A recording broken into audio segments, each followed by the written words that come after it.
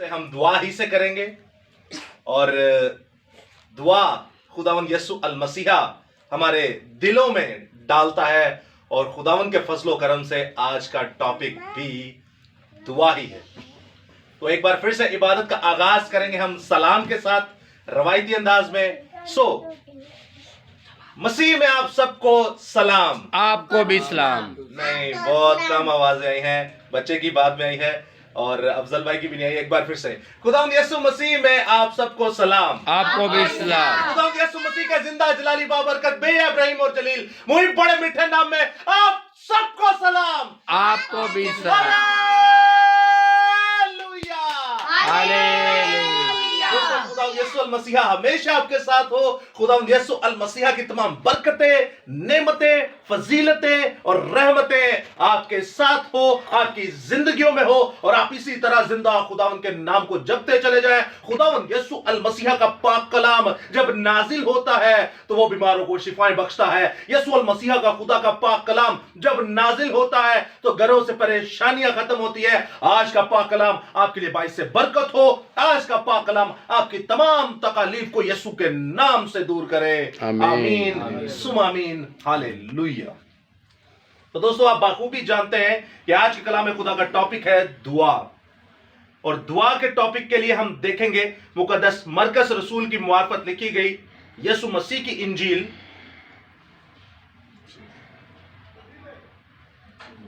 और उसका 14वां बाब और उसकी 38वीं आयत। गौर से सुनिएगा दोस्तों, इस इस्तबाक में क्या लिखा हुआ है।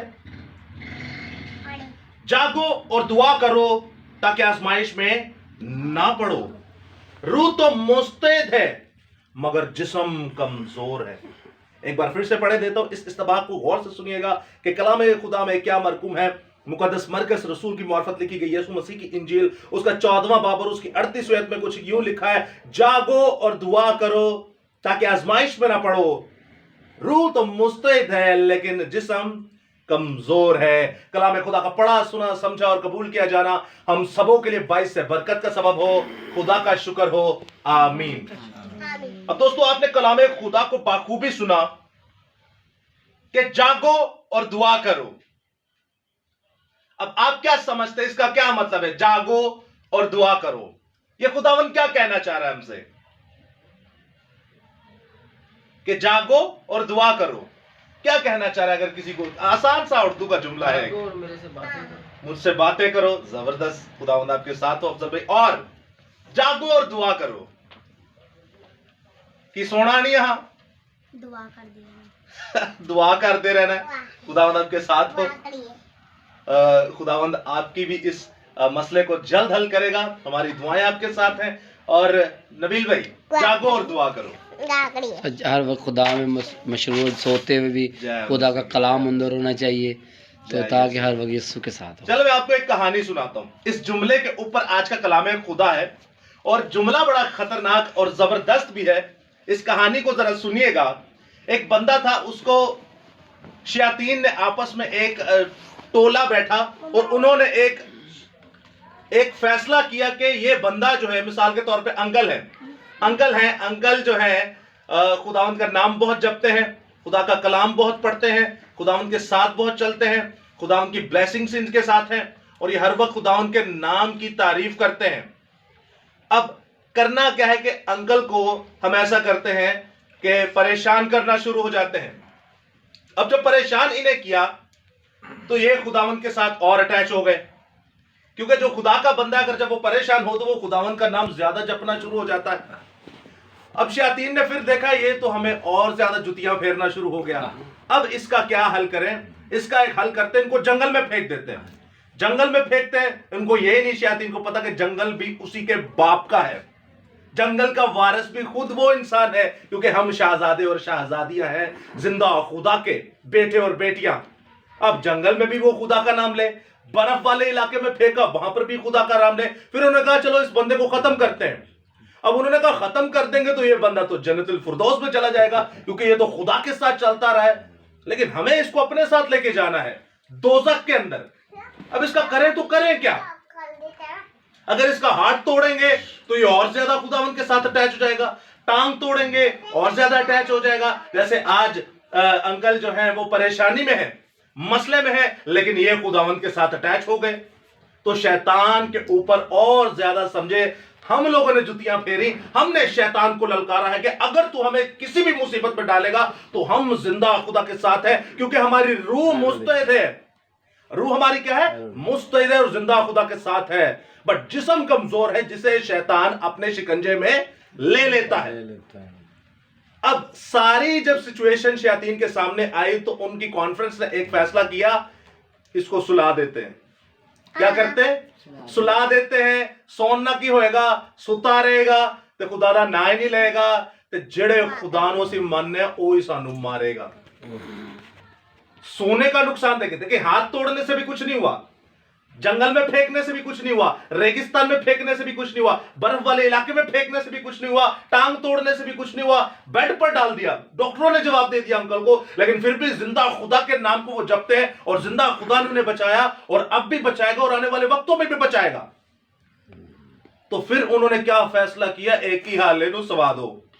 सोने से क्या होगा कि ना खुदा दा ना ले, ना सानू अग पे, ते खुदा जड़ा इनू बचांदा है ओ इनू मारे। मतलब यह है कि सोना इतनी बड़ी हमारे लिए लानत है। इतनी बड़ी क्या है हमारे लिए? लानत है। अब सवाल ये पैदा होता है, सोइए ना, फिर तो ये ना सवाल पैदा होता है, सोइए ना। सोना चाहिए। खुदावंद यीशु मसीह भी सोते रहे, नबी भी सोते रहे, रसूल भी सोते रहे, हम भी सोते रहे। खुदावंद ने कहा है सोने के लिए। अब जबूर की किताब में लिखा है, जब तुम मेरा नाम जपोगे तो बिस्तर पे तुम्हें पुरसकून नींद आएगी। तो फिर की खुदावंद कहना चाह रहे? जागो और दुआ करो ताकि आजमाइश में ना पड़ो, ताकि ਤੁਹਾਡੇ ਤੇ मुसीबत ना आए, ताकि ਤੁਹਾਡੇ ਉੱਤੇ कोई किसी किस्म की परेशानी ना आए, ताकि ਤੁਹਾਡਾ जिस्म जड़ा कमजोर ना होए, ताकि ਤੁਹਾਡਾ जिस्म बीमार ना होए। ये क्या कहना चाह रहा है खुदा के जागो और दुआ करो? दोस्तों, ये टोटली रूहानी बात हो रही है। इसमें जिस्म का कोई लेना देना है ही नहीं। इसमें टोटली रूहानी बात हो रही है। अब रूहानी सोना क्या होता है? मिसाल के तौर पे मैं आपसे पूछता हूं, 24 घंटे में डेली दुआ कौन करता है? आप करते हैं माँ जी? जय यीशु दी। अब दोस्तों देखिए, एक फर्द डेली दुआ करता है और अंकल बता रहे थे कि हम चर्च जाते हैं इतवार को। अब याद रखिएगा यीशु मसीह ने क्या कहा? जागो और दुआ करो। क्या हफ्ते में एक बार दुआ करनी है? महीने में एक बार? साल में एक बार? इतवार दे इतवार चर्च जाके? कब कैसे करनी है दुआ? हर रोज, हर वक्त, हर रोज दुआ करनी है, क्योंकि रोटी हम हर रोज खाते हैं, पानी हम हर रोज पीते हैं, सांस हम हर रोज लेते हैं। जय मसीह की। उसको भी हर रोज याद करना चाहिए और उसको याद करने का तरीका एक ही है कि दुआ करो। क्या करो? दुआ करो, यानी खुदा से बातें करो। जागो और दुआ करो। हम रूहानी नींद में सोए हुए हैं। आप सोचिए, जब वो दुआ नहीं करते तो आपकी रूह खुराक से बिल्कुल महरूम है। जिस्म को अगर 6 दिन ना रोटी मिले तो क्या हाल होगा? तो रूह की खुराक जिंदा खुदा से बातें करना है। रूह तो हमारी मुर्दा है, लेकिन जो खुदावन के नबी थे, खुदावन के लोग थे, उसने कहा रूह तो मुस्तैद है, तुम करना तो बहुत कुछ चाहते हो मेरे लिए, लेकिन तुम्हारे जिस्म कमजोर है, तुम मेरा इनकार कर दोगे, इवन तुम मुझे छोड़ के भी चले जाओगे सिवाय यूहन्ना आरिफ के। ऐसा ही हुआ। अब हमारा जिस्म भी कमजोर और हमारी रूह भी कमजोर। जिस्म कैसे कमजोर? कि हम शैतान के जंगल में फंस जाते हैं। और फंस क्यों जाते हैं? क्योंकि हमारी रूह भी कमजोर है। कमजोर क्यों है? सोई हुई क्यों है? क्योंकि हम जिंदा खुदा को हर रोज याद नहीं करते। हर रोज दुआ करनी है। अब दुआ का मतलब खुदा से बातें करना। अब खुदा से बातें क्या? आप अपने माँ और बाप से बातें करते हैं? करते हैं। बहन और भाइयों से बातें करते हैं। इसी तरह खुदा से भी बातें करनी। मिसाल के तौर पे आप रात के पहरों को ले। यीशु मसीह रातों को जाकर काल कोठरियों में दुआएं करते रहे। यीशु मसीह ने हमारे लिए हुक्म दिया कि तू काल कोठरी में भी जाकर दुआ कर, तो मैं वहां पर भी तेरी सुनूंगा। फिर यीशु कहता है कि मैं जंगलों में जाकर दुआ करता रहा, बियाबानों में जाकर दुआ करता रहा, मैदानों में जाकर दुआ करता रहा। सिर्फ सानू वहां नसते कि मैं तो करो बाहर जाके दुआ करना, तुसी कार की कर लिया करो। और रात का पहर इतना बेहतरीन पहर है। याद रखिएगा, रात को शैतान इब्लीस का राज होता है। आप उसको उसके घर में घुस के मारेंगे अगर रातों को दुआ करेंगे। जिंदा खुदा आपसे रातों को बातें करना चाहता है। वो कहता ठीक है, दिन में तू यहां बिजी, दिन में तू वहां बिजी, दिन में तू ये काम कर रहा है, दिन में तू वो काम कर रहा है, चल नौकरी के बाद आकर तू घर वालों को टाइम देता है, लेकिन रात को तू मेरे लिए थोड़ा टाइम निकाल। मेरे लिए टाइम। नींद की कुर्बानी देना बहुत बड़ी कुर्बानी है। नींद की कुर्बानी देना बहुत। मैं आपको अपना टाइम बताता हूं, मेरी 3 बजे से पहले मैं नहीं सोता। क्यों? क्योंकि मुझे पता है कि मैंने अपने बाप के साथ बातें करनी है। मुझे पता है जब ये सारे सो जाएंगे तो मैंने अपने बाप के साथ 1-on-1 फेस टू फेस बात करनी है। मुझे पता है जब सारे सो जाएंगे तब मेरा बाप मुझसे बात करेगा। मुझे पता है कि मैं अपने बाप के साथ अब अकेले में गुफ्तगू करूंगा। हाँ। ईमान रखें दोस्तों, रातों को दुआ करें, अकेले दुआ करें। मैं ईमान रखता हूं कि आपके साथ कोई बैठा होगा और वो आपसे बातें कर रहा होगा। ये जिंदा खुदा की कुदरत है। जागो और दुआ करो। कब करनी है? हर रोज करनी है।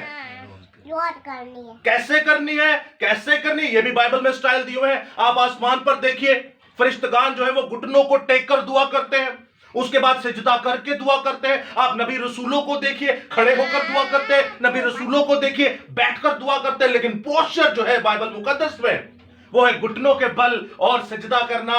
बैठ के भी दुआ करें। मैं कहता हूं आप कहीं पर भी बैठ जाएं, लेकिन आप अपने बाप को ललकारिए। आपका बाप आपको वहां पर भी आपके मिलेगा, कोई भी जगह हो।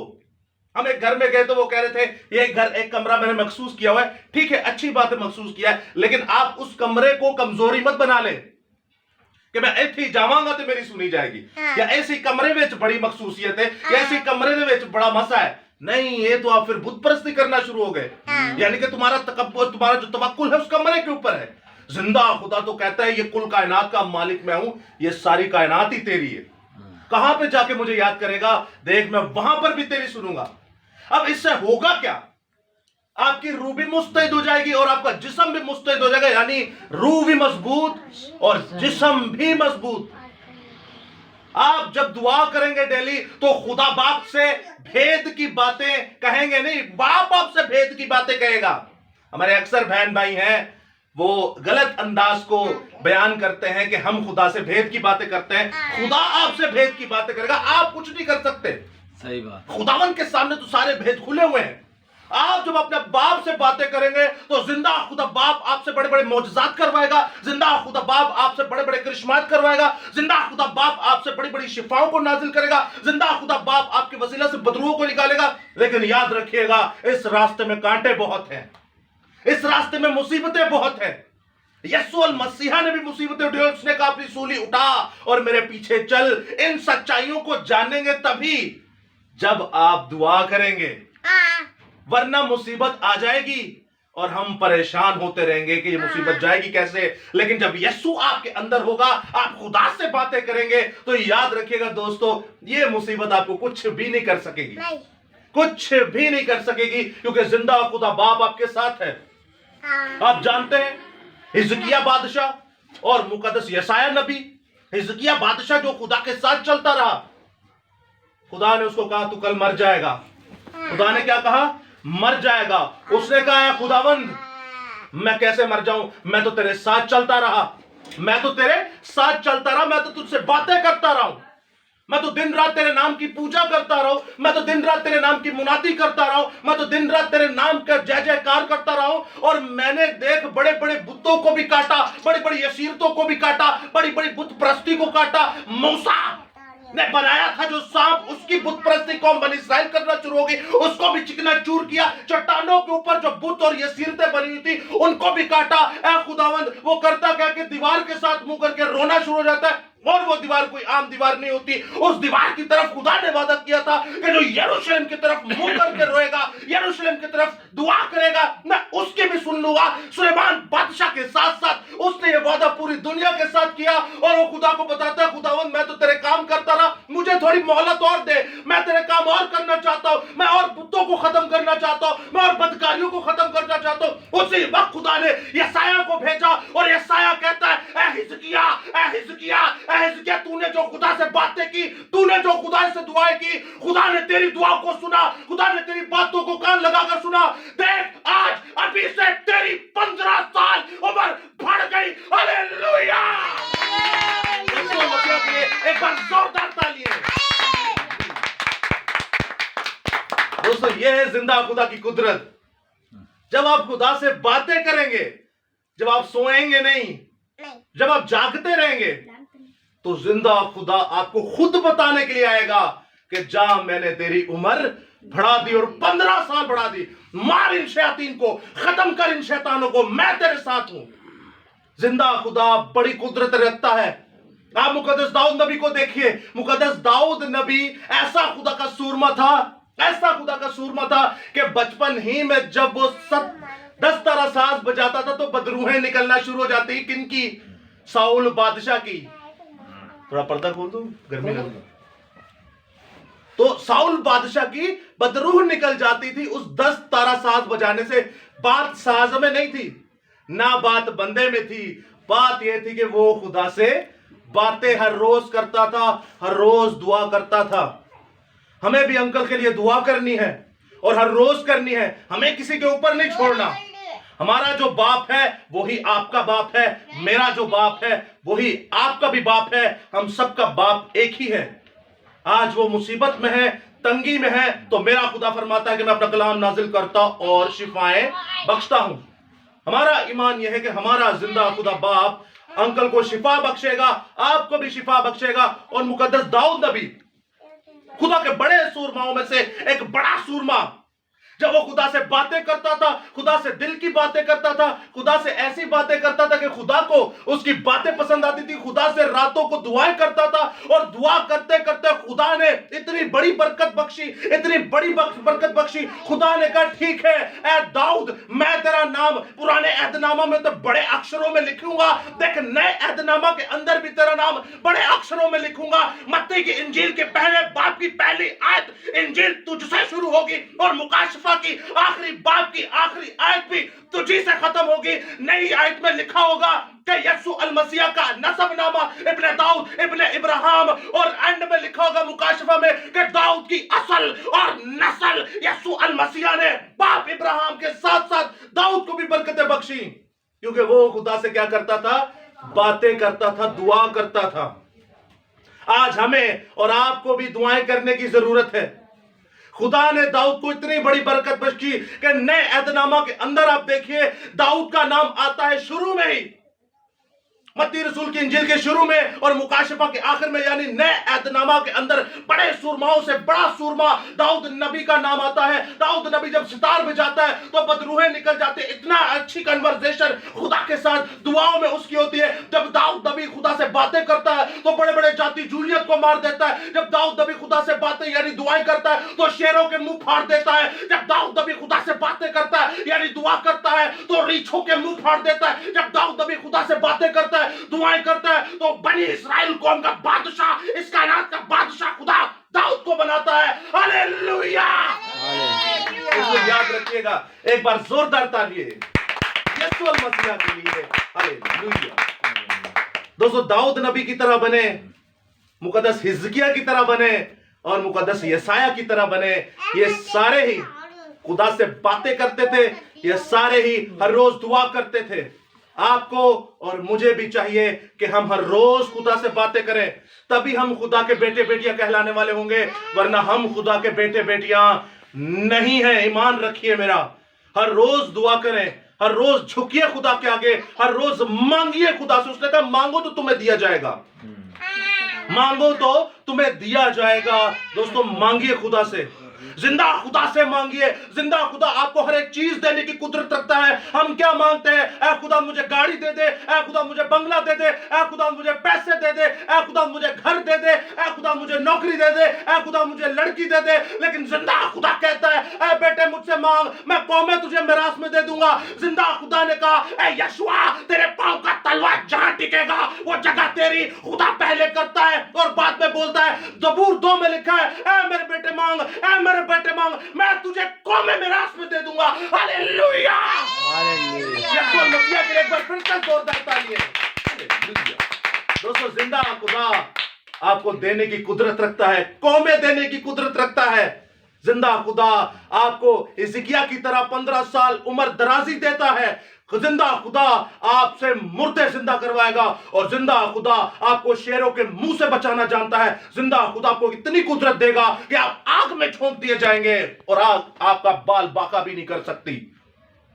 सो मैं चाहता हूं इस घर के लिए दुआ की जाए और इस दुआ में रहनुमाई हम नबील भाई की चाहेंगे कि वो आज के कलाम खुदा के लिए और खासकर अंकल के लिए दुआ करें कि खुदावंद इनकी परेशानी